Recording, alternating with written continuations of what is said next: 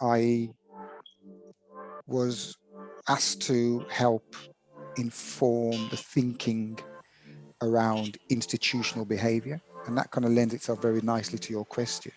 And it talks about the dichotomy between established principles. We've always done it this way, and it's been proven to be effective because we have a number of decades of evidence to say that this is the way we always do it, versus the desire to bring in new ideas and new ways of doing things and indeed introduce change. And one of the problems that I've discovered, and indeed the police, the health service, the fire service, the public sector, local authorities, these institutions suffer with, is that they struggle to move away from a tried and tested process or an agreed process. That doesn't mean that it's effective, because a lot of these things are not effective and they discriminate and cause huge challenges.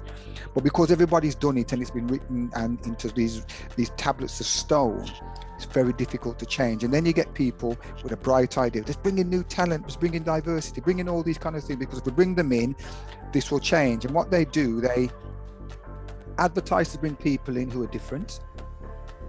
You bring the people in, but then there's no attempt to change the structure of the house. And you have to have both working in concert. So you're bringing people who've got great ideas to change the world, but then when they come into an organization, you've got the die-hard dinosaurs who still control the levers. You've got the principles and structures of bureaucracy that, well, this is what this house is built on. And then the two don't work. So you have a massive attrition rate, but you don't benefit from bringing the diversity or the difference in.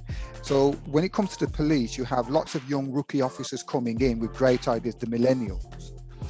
And they meet these old 30-year-old officers who's always done it this way. And they're mentoring these young people. They drive out the new ideas, they drive out the change, because if you're going to get on in this organization, son, you're going to have to do it this way. Well, what was the point of bringing in my creativity then if you're never going to let me use it? And that's what we challenge. So we continually highlight that challenge. We continually highlight the difference. And it will take time to change institutions who everybody understands. It will take time to change bureaucracy. The pace of change is really slow at times, and it is really frustrating. But I think we've got to persevere with that. But that is a real challenge. But that is, in my view, what the challenge is. And the way to address that is to make people aware of what needs to change, but then help them to change. Telling somebody that they've got a spot on their nose, but then you don't have a remedy on how to remove it, is helpful to a certain degree, but it certainly won't affect change if you don't help people through that process. And that's what we try to do with the police service.